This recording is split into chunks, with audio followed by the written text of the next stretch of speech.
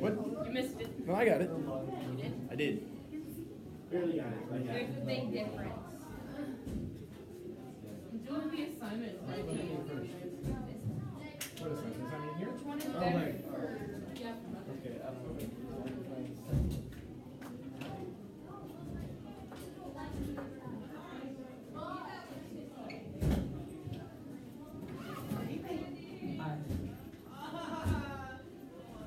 Did you miss me today?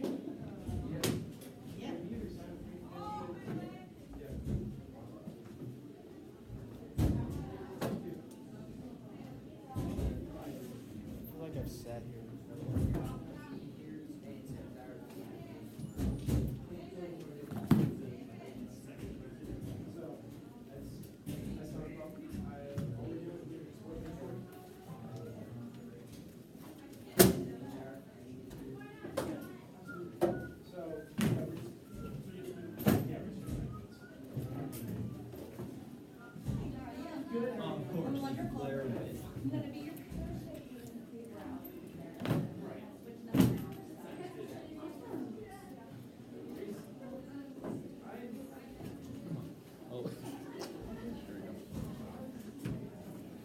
You just realized I just realized. Mexican man. I just realized how much. Ah! He's videotaping us again. Why? My sister I know, forgot but that why? she was taking us to school. Doing it So. for teaching. Because Is he recording us? Yeah, she always thinks that's so how do you know it? My sister's stupid. And Thomas, he has to wake up. So. Yeah. I I'm was sure like, I'll why put was- up all the day. Yeah, I was like, why are you guys gone? My God. Mom was like, what? my dad was really mad. My dad is I was recording. right now. He took away my phone. I was like, what is Grace doing? Wait, I didn't give him my permission. It's not illegal. 5:30 to get ready. Freedom of the press till what is it? 6:30. At very least 6:40. Wait, is that I actually? said I did not give you my consent to be on your recorded device. And he goes, I have Like one we're on supposed to my leave the class. house like at 6:45. That's what bus drivers My are. sister forgot that she had. I mean, the bus And my brother forgot to. Oh my God, we're in the bus. Why is he recording? And they don't have to They do. Actually, they don't. You're in it. They do not watch I it. had to wait 24/7. They don't watch it. Exactly. They will look. It's so suspicious. The bus drivers check them. They don't watch it 24 hours. I know for a fact. Because I flipped it on my Why? I hate being I mean, it's only good in the summer because we like tan. You know, I don't wear like. Well, I don't want to be black. That's the worst thing I've ever I heard in my didn't see that life. one. I didn't see that one. Caden was behind me. All right, guys. So here's the plan for today. We are going to work on section 2. We are going to, what's up here?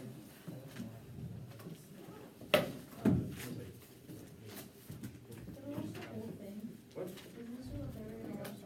Oh, Miss LaFever's not watching that. That's from my teacher for K-State. So.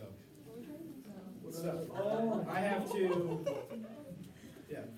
So, what we're doing today, we got your good things. Andrew, that's your group today. You guys have good things. And that's going to go on your Explore page. We are turning our Explore page in today. So make sure you have the Eli Whitney worksheet stapled to it. And then put your good things on there.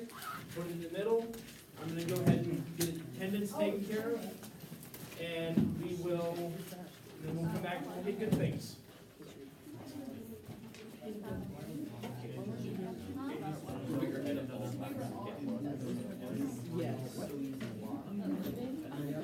Don't worry, I'm gonna watch it later. Probably in silence. Yeah, Mike.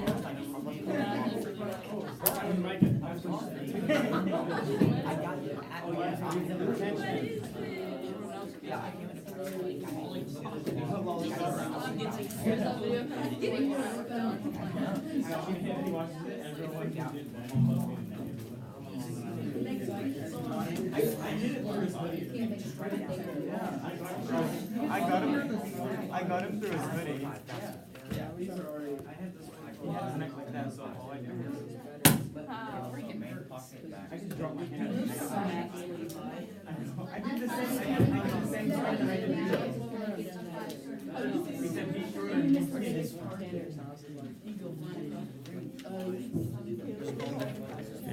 And next time I'm gonna do it like this. Oh yeah. There's those like those little bottles, like containers. Yeah. I know. You bought? They weren't even. They were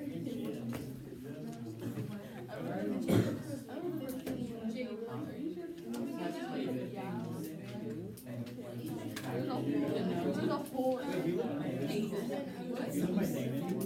I've got you.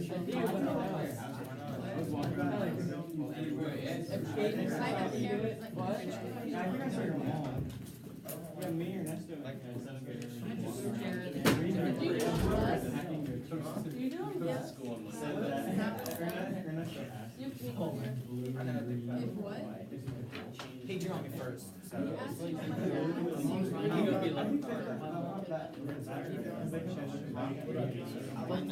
So, alright guys, so let's go ahead and get started. Good things. Brandon, what do you have for us? Friday. It is Friday. Do you have any big plans for the weekend? I might be going to like a bachelor party. Bachelor party, very cool. Have fun. 1, 2. John? I'm happy I got the mile over with. Absolutely, that is a good thing. Did you do very well? I did alright, knowing that I wasn't feeling that good, so I did better than I thought. That's fantastic. Fantastic. Glad you did very well. 1, 2. Landon? You're moving next month. Where are you moving to? I'm moving in this. Oh, you're moving into the district. Okay. Very cool. Very cool. Well, congratulations. 1, 2. Andrew? Yes, the calluses are going for me playing guitar too much. That is a good thing. Yeah, calluses aren't a lot of fun. That's pretty cool. How long have you been playing guitar for? Couple of years. Couple years. That's awesome. Very cool. 1, 2. All right, guys. So we're going to go ahead and get started with section 2. So what we're going to do is I'm going to go ahead and read for you guys the building background and the if you were there, just to, I know, just kind of make sure we're back on the same page. So, if you were there, so go ahead and turn to page 420, please. In your textbooks. So, if you were there, your family owns a small farm in Georgia in the 1840s. Sometimes you work in the fields, but more often you tend the vegetable garden and the peach orchard. Since you have no close neighbors, you look forward to Sundays.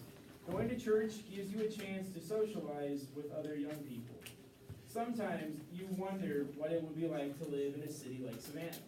So, I get talking here, farms, they weren't close to each other. They were fairly far apart. If you lived on a farm, you probably might have lived out here in Goddard, and your closest neighbor would have been at 119th and Maple in West Wichita. So you're not all that close to people. So you look forward to things like Sundays, where you can go to Sunday Mass and different church revivals, kind of a Bible study type deal. And you get together and talk about events of the week, things that happen to you. And religion was a big thing in Southern society, so you would have talked about religion as well. So, building background. Although the the South had some industry, agriculture was the heart of the Southern economy. Cotton was king. As a result, wealthy plantation families were the most prominent social class in Southern society. Small farmers, however, made up the largest portion of the population. So, at this point in time, majority of people, they were those small-time farmers. About 100-acre farms, maybe 2 or 3 slaves, if they had slaves at all. That was what the majority of Southern society was like. Those folks would have been considered the middle class, that we kind of have today. They made up the largest portion of Southern society. So, but there also, there were the wealthy plantation owners, that small 1%, the top echelon of everybody. So that makes a small fraction. So now I'm going to turn it over to you guys. In your groups, I want for you guys to read on page 420, where it says Southern Society and Culture. Read those 2 paragraphs. And on page 421, I want you guys to read where it says planters. And then after you're done reading, I want you to be able to tell me what was special about the planters. Let's get started.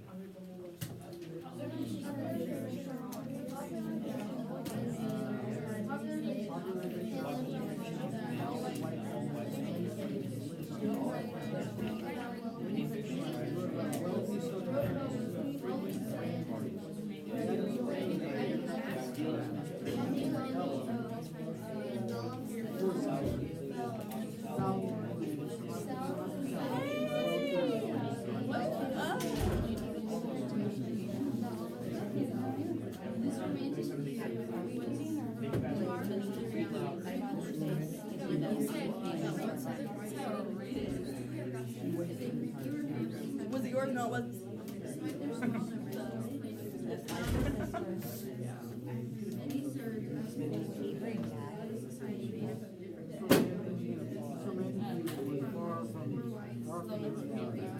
During the first half of the century, only about 1/3 of despite the small number of What, 420 and then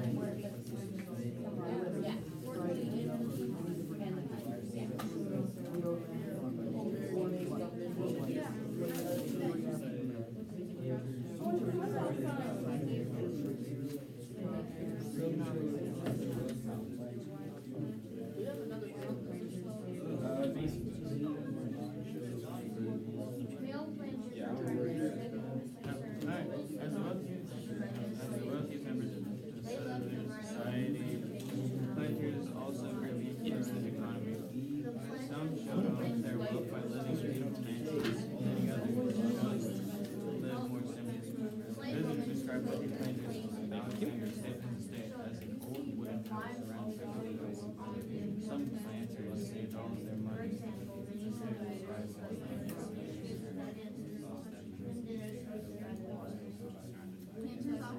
Where did you stop?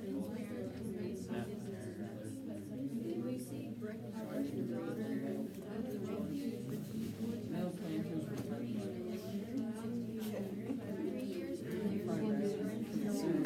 basic crops and seed providers. They left the running plantation household. Planters' wife oversaw the raising of the children, supervised most slave women having cooked, writing, preparing the planter's children. Wives also took on the role of social Yeah, you guys,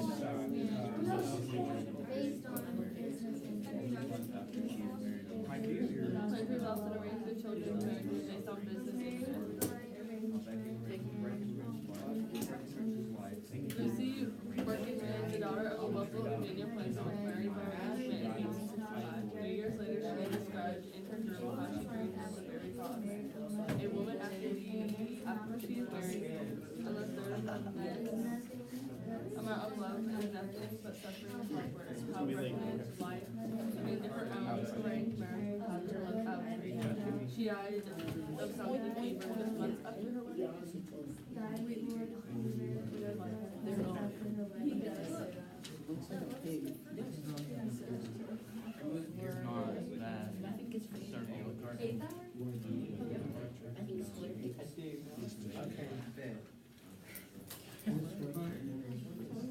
if you don't want to just take over, yeah. It's up to you.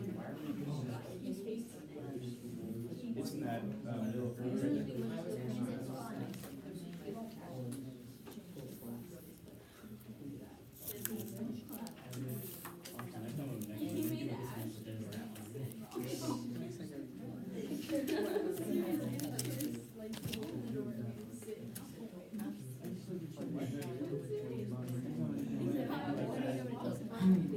No, I meant like draw over. You know who's recording that? And you're all in it. Everything you're doing. Everything you're doing is in there. All right, guys, so let's go ahead and get started. Guys, let's focus back in. So, start with Southern Society and Culture. Who are the planters and what was kind of special about them? Alex? There were not that many. There weren't that many? Okay. What else was there? I mean, there was a small fraction of society. Brandon? Not all of them live in the big mansions. Right, so not all of them lived in those big plantation mansions that you see on page 421. Alex? And only some of them had slaves. Some of them had slaves. I would have, yeah, I mean, large planters, they would have had, all the planters would have had slaves. On the planters? This is only about 1/3 of the white Southern families had slaves. Those aren't the planters. I mean, the planters are included in that 1/3, but that's including also the, Planters? that's not, yeah, just the planters. Oh, okay. So, yeah, these guys, they are the wealthiest members of society. They are the ones that are they're kind of running the show, basically. So, popular fiction, sorry, that's the society culture. Popular fiction often made it seem like the South, or all white Southerners, had slaves and a large plantation. So I don't know if you guys have ever heard of this before. There's a book and a movie called Gone with the Wind. Yep. It deals with, it's in the 1860s during the Civil War, but that idea kind of got in, that's what a lot of people thought Southern society was like. They thought it was a lot of rich people walking around with owning a lot of slaves, a large plantation, that sort of thing. So that's not what it was. Like I said, this was far from reality, and only about 1/3 of the Southerners actually owned slaves, and fewer owned plantation. So like we were showing, that 1/3, they owned the slaves, and the fewer that had the plantation, those were your planters. These are those super rich folks that had the 20 plus slaves, the large mansions, and that sort of idea, that sort of thing. So, despite small numbers, planters actually had a very powerful influence over the South, because in fact they served as the political leaders, your governors, your senators, your mayors, those sort of people. That was them. They had the money to run for office like that, or even to buy the office type thing.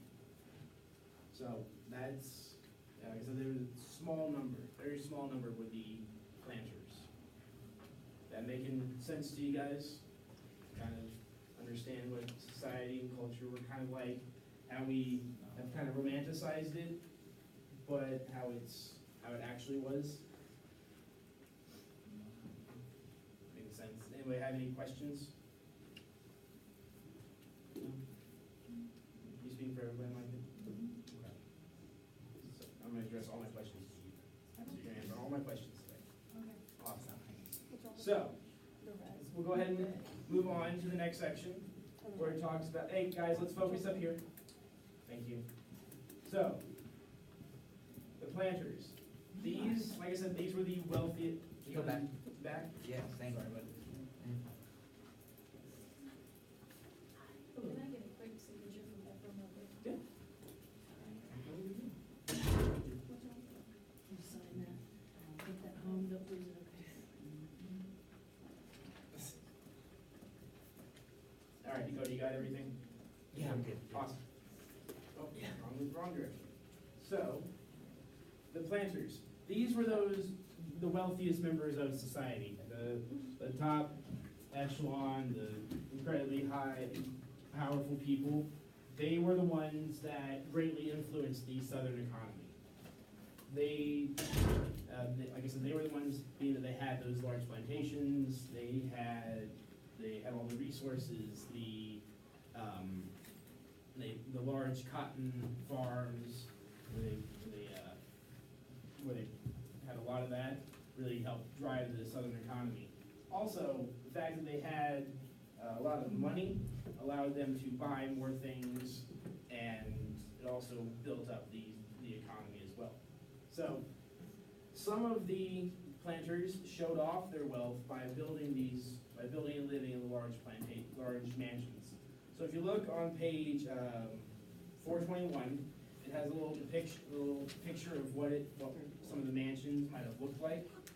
So these are probably things 10 to 12 bedrooms, large dining rooms, kitchens. They would have like a dance hall, a room just for dancing, because they would come together. People would come together on weekends, probably on Saturdays, get together, have parties, and just not really like wild and crazy parties that we were kind of thinking of, but like getting together, having dinner, then afterwards going into the main like dance hall. And thank you, Nadia. I'm glad you're here today. Keeping me straight. I'm glad you all are here as well, but no one was able to read my mind like I'd rather Nadia. So okay. Anyway, so yes, they would go into the ballrooms and they would dance. They had live musicians because I mean, Spotify wasn't a thing back then. You had to bring in, you had to pay for people to come in and play music for you. Do what? Yeah, but I mean, like these people, they would come in with cellos and violins and actually like play it for you. What? Oh yeah, absolutely. This goes back for a long time. I mean, I think some of the first cellos, like lutes and stuff, is another stringed instrument, goes back to like the 1300s. So I mean, and they had harps back with the ancient Romans. So yeah, that's instruments have come a long way since that point. But anyway, back to what we're talking about. Other planters, they saved up their money to buy more land and more slaves. They didn't necessarily have those big mansions. Some of their houses probably only had about 6 rooms, give or take. Probably not as big of a ballroom. They had their drawing rooms, which are we have living rooms. That's what they would have been back then. They would have gone in and talked about issues of the day in there. And so but they, like I said, they wanted to save up their money so they could buy more land, buy more slaves, and then have larger crop yields, have larger amounts of cotton that they're producing or whatever their given crop was. So now you kind of get into the gender roles, I guess. The male planters, these were the what we would have been doing if we were them. We would have been concerned with raising crops and supervising the slaves. That was the male job back then, back for the planters. That was what they were concerned with. Ladies, on the other hand, they would have been they would have been concerned with household tasks, cooking, cleaning, sewing, different things like that. And the women would also supervise the house slaves. So you had the field slaves, ones picking the cotton, the stereotypical what you kind of think of. But also there were the ones doing the household chores, actually taking care of the babies of their masters. do that. And that's how they were, sorry. That's how their roles were divided. I'm sorry, it's been one of those days, straight from the weekend. So yeah, they left, like I said, they left the running of the plantation household to their wives. Does anybody have any questions about what we just covered? Or did I just go off on a tangent and ramble on, you just didn't understand a word I said? Somewhat of a tangent. You got it? Excellent, you don't want me to ramble on? Nathan, somewhat of a Okay, tangent. all right guys, let's focus back in. I know I got us distracted, let's focus in. So, now, we're going to go ahead and, on page 422, I want you guys to read where it says yeoman and poor whites, that little section, and be able to tell me who the yeomen were and their station in Southern society. So we get started. There was actually an African American barber, and there was a guy that was so mean to him that he slit his throat.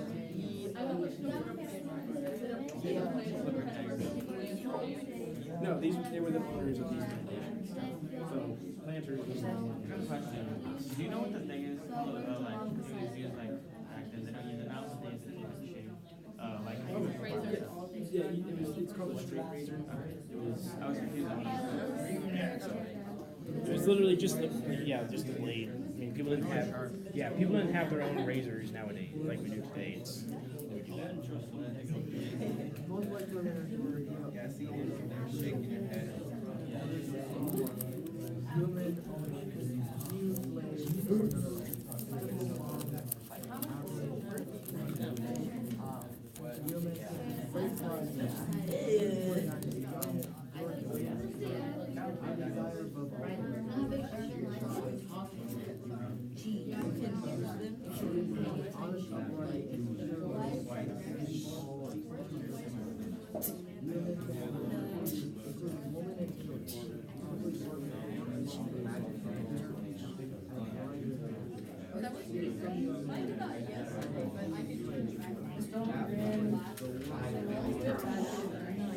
The poorest of West Southerners lived on land that could not grow cash crops. They survived by hunting, fishing, raising small gardens, and doing odd household.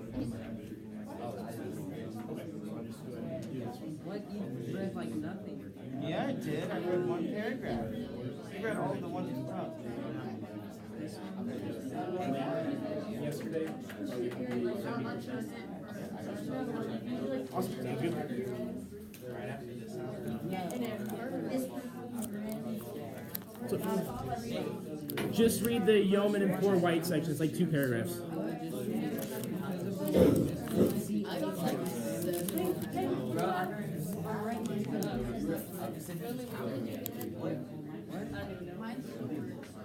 What are we reaching? For African American and discrimination. I'm telling him. I'll do that. You could have grabbed it. You already grabbed it. All right, guys. So, who were the yeomen? What was their kind of station in life? Grace. They were southern and they had farms that had a few slaves that they worked with. Right. These today they would have been considered the middle class. They were the ones that they had the farm, but it was only about 100 acres, which is still a decent sized farm. Nothing to laugh at, nothing to scoff at. But when you've got your planters who have the 40,000 acres, it's a smaller farm, and not all of these folks owned slaves. Sometimes they did, but if they did, it was maybe 3 or 4, something like that, a small number. So, go ahead and continue on. So, the yeomen, they were, like I said, they owned the small farms. Average farm size was about 100 acres.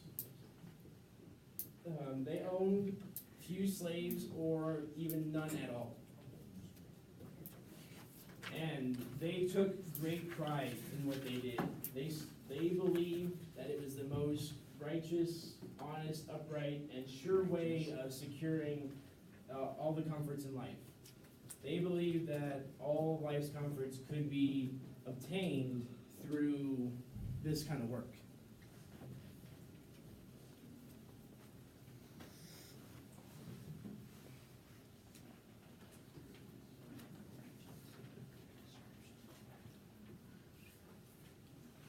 Okay, and so the yeoman families, they would have worked at a variety of tasks, including the women and children. They didn't, like we saw with the planter families, it wasn't the men out in the fields and the women in the kind of doing the household stuff. The men, women, and children, they all worked at a variety of tasks. Yes, mainly the men did the farming aspect of it, but the women would get out there with their husbands, and the children would work. They would all pick the cotton and do that kind of thing. And the women probably did more of the household tasks, focusing on cleaning, cooking, sewing, that sort of thing. And then the children, they would all, they worked whatever the parents told them to, right? So, yes, yeah. Right, they would make, because you didn't have a lot of money, you would make a lot of your stuff. So soap was one of those things that the women made. You didn't go, like the planters may have gone into town to buy things like soap, but if you're a yeoman, you are making that at home. Good point. Glad you're here today as well. Glad you all are here today. So, like I said, if they owned slaves, they worked out in the fields with them. So it wasn't like with the planters where you had the slaves picking the cotton and the overseers, the people that made sure they were doing their task. They didn't just stand there and watch them. It was slave and master working together, picking all the cotton and doing the jobs that needed to be done. So the poor whites, what did you guys read about them? What was special, or special name of Caden? Oh, wait, what? What was the poor whites? They were the poorest of Southerners that lived on land that could not grow crops. Right. These were the folks that they could not grow their own cash crops and had to find other ways of surviving, other ways of living. Now, we talked about cash crops Monday, Tuesday, Wednesday. What were some of those cash crops that they grew? Anyone? Micah? Rice. One. Alex? Corn? Tobacco? Jane, you have a different one? No. Sugar cane? Excellent. Grace, did you have one? No? Okay. Sweet potatoes? Sweet potatoes? Tobacco? Hang on, guys. One second. Flax? Absolutely. Or the one that started with the B. What? No, it wasn't wheat, it was hemp. Oh, that's what it was. So it wasn't, they didn't grow weed, they grew hemp. So, and the big one that the guys focus back in. So, the big one that they grew was cotton. Cotton was one of those big cash crops. That was the main one. So, the way they made their money, they hunted, they fished, they raised small gardens, and they also did odd jobs around town for money. In fact, the poor whites, these were some of the first, as they'll become later be known as abolitionists. These were the folks that hated slavery. They wanted to be rid of it.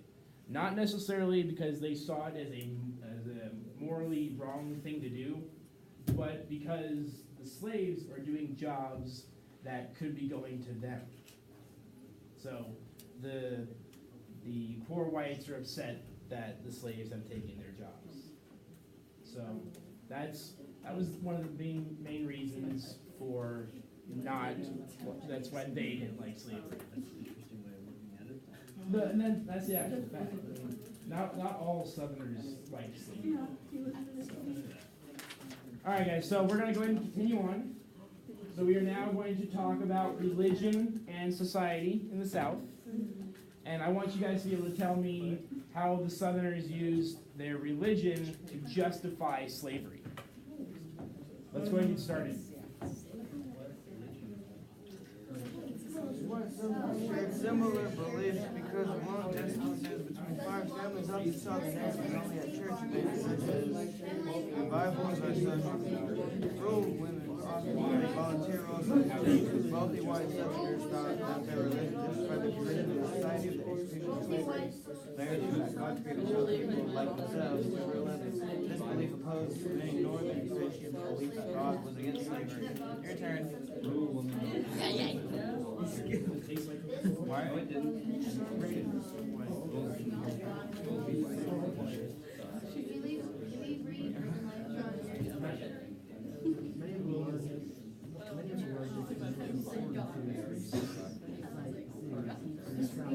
What's up? So wait.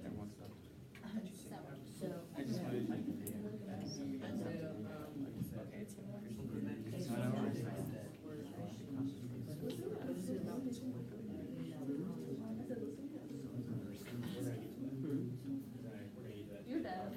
So, all right. So, how did Southerners use religion to justify their owning slaves? Grace? Right. They believed that God had created people like them. Well, it is a wrong thing, but Grace is correct in what she's saying. So, she is right. They believed that God created folks like them to rule over others. So. But Northerners believed that God was against slavery. Right. Northerners were very much so. They believed that God was against slavery and slavery was wrong. Does that kind of answer your question, Isaac? Yeah. Excellent. So, let's go ahead and continue on. So, religion and society. Most white, guys, focus in, please. So, most white Southerners shared similar religious beliefs. Main kind of reason for this was that they all went to the same church, and it was a unifying thing for them.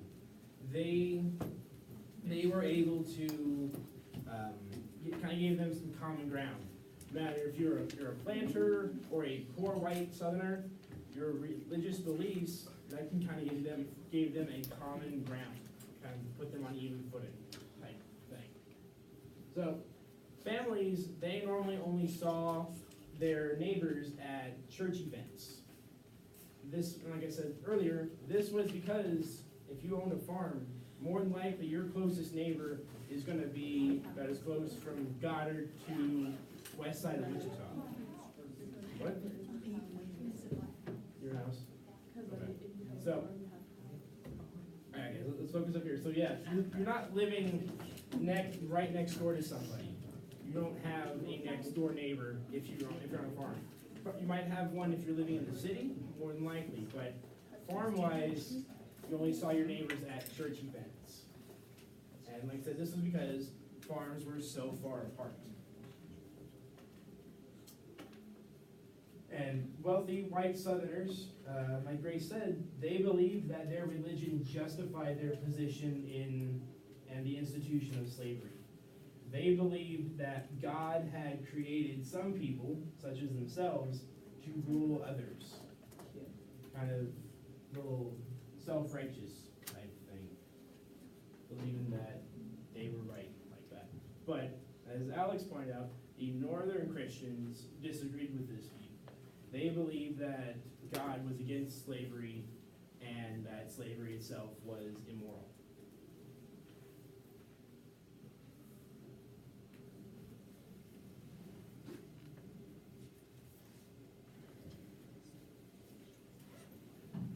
Anybody confused on religion and its role in Southern society? What, Isaac? Huh? What did you say? Nothing? Oh, okay. Nate? Like the North had like their own like type of they believed in the same thing, but they believed that the same thing did different things. Right, they had different interpretations So they were reading the same words in the Bible, but they were interpreting it differently. Andrew? You need to stay further.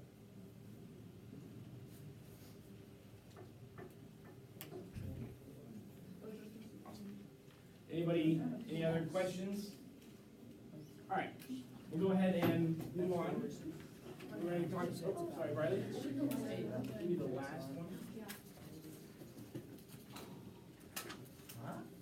Good to go.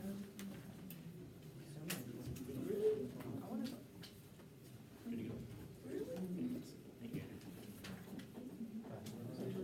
If you want to say that, yes. Make it way too obvious.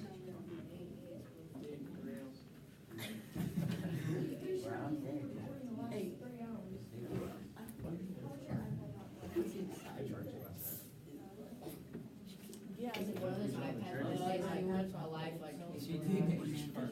mean, it's stayed alive a lot longer than that, but yeah. You're good? Everyone, anyone need any of these notes? No. Good? All right, guys, you guys just focus in, please. Brandon? Not all day. I do different videos for different hours. So. Yeah, every hour. So I've got one for second hour, one for third hour. Okay, yours. Fifth and seventh hour. Yep. Not for the rest of the year. Yeah, just look everybody. All right, guys, let's go ahead and continue on. So, we're going to take a look at urban life. Focus in, please. So, I want you guys to read on page 422, where under this section that says urban life, there's 2 paragraphs. And be able to tell me how southern cities were similar to northern cities. Let's get started. Many of the largest Most important cities in the south were strong along the Atlantic coast and had to go to shipping centers. While there fewer in number, The southern cities are similar to northern cities. the southern cities were similar to northern cities. City governments built public water systems and provided public education by available numbers in education. While the rest education gave large to money for charities such as orphanages and public libraries. Southern governments wanted their cities to appear as modern as possible. Oh, yeah.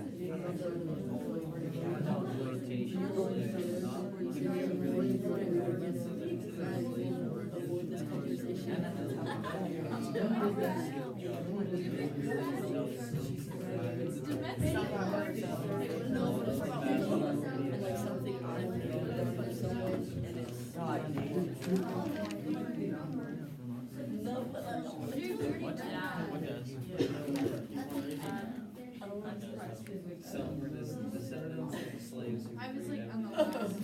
Look, I will. You're about to take your Southern urban life in other cities.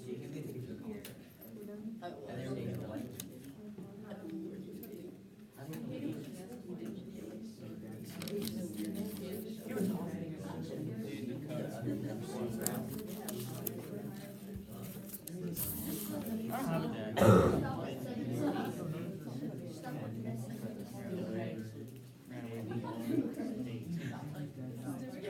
So my dad in prison like 2 months ago. All right, guys, so My dad in prison. how were northern cities similar to southern cities? Or, sorry, wait, how are southern cities similar to northern cities? Same question, but backwards. Jerry.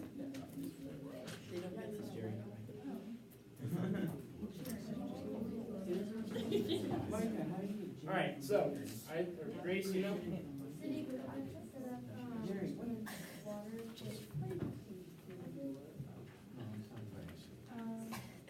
public water systems. Right, they have public water systems? Yes, actually they did. There were, I mean, slavery was in both the north and the south. So that is one way that they were similar. Grace? Public education, it was available, yeah, public, guys, come on, no more sidebar conversations, please. Thank you. Public education, yeah, you did, there were people, in both spots, absolutely. So, go ahead and finish up here for today. So, though there were a few of them, southern cities were very similar to northern cities. City governments built water systems and provided well-maintained roads. So, or maintained streets, same thing. Public education, it was available in a few places. So, and it's not like we have today where Goddard has its own schools, Mays has its own schools, Wichita has its own schools. You would have been, more than likely, in smaller towns, they would have combined schools. So if Mays, Goddard, and Wichita were all smaller, there'd be like one school, one or two schools for everything. Or you'd walk. More than likely, you'd walk. If it's smaller, they're gonna be closer together. Probably a mile long. It's not too far, honestly. That's big facts. I can do that. Guys, all right, focus second. Let's focus in. And also, I mean, grade-wise, guys, we need to stop talking. No more sidebar conversations. Thank you. So, there weren't like elementary schools, high schools, middle schools. Everything was one school, and it more than likely was in one room. And you would have had one teacher that taught you everything. And you would have been in school with first graders, second graders, all the way up through high school. It was like kindergarten through senior and high school, all in one room. And like I said, you had one teacher. It wasn't like you come here to learn social studies. Students were in like one class. Probably, I mean, more than likely it was probably 30. So something similar to what we have in here, but different grades. So, and like I said, you wouldn't have gone to, like, come here for social studies, go see Mr. Show for math, Flax for science. Yeah, you would have had one teacher. So if I was your teacher, I would have taught you everything. I would have been doing Flax, Show, and Hollis' jobs, and along with social studies. So like in third grade, fourth grade, I like elementary where you had one teacher that taught you like science, math, English. That's exactly how it went, all the way up through senior and high school. I can tell you. Was there a grading system? Yeah, there was a grading system. Probably, maybe not similar to like having an A, a B, C like that, but you have some sort of grades. All right, guys, time out. I have already said several times, no more sidebar conversations. Micah had a question, that's what we are addressing. Was there a disciplinary system? Very much so. This was, the way that they did it was they spanked you. It was called paddling, but they had a wooden paddle. Did it have holes in it? Some of them might have had holes in it, some of them might not have. And they literally would spank you. Yeah, it's not really, guys, hang on. It's not necessarily illegal. I mean, I know down in Texas, you can still do that. Really? Yeah. I would do that. I mean, like, I was in fourth grade, and my parents had to sign a thing saying that they could not have me. You couldn't do that. But other parents allowed that to happen. It's just the way Texas was. I would spank those. That was the best solution. Could not. That's exactly what it would have done. Guys, focus back in. So yeah, Brandon, it is that way. It is that way. You would have been one of those. Right. Andrew, do you have something? Really? Okay. Yeah. So it's Kansas. It's here. Did they use switches too? Yep. Stick up to the tree. Yep. Smack you with it. So you had punishments. So we will finish up here tomorrow. We're not quite done Tomorrow yet. is Saturday. Tomorrow is Friday. Finish up here on Monday. We'll finish up. Guys, come on, focus in. Time out. All right, so we'll finish up section 2 on Monday. Finish up talking about urban life, and then we will get into free African Americans and discrimination. And then we'll finish finish up section 3 throughout the rest of the week. Test April 1st. I'll give you your study guide on Thursday. So, I've got your lunch for you. It comes from Maya Angelou, and she says, if you don't like something, change it. If you can't change it, change your attitude. So, if you can't change, if you don't like something, do what you can to change it. If you can't change it, change how you think about it. Like school. No, you can't change it.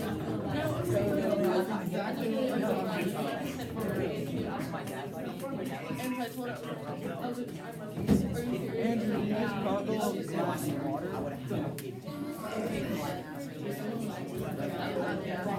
They would find I'm not like, are you gonna pause your recording? that's what I'm doing right now.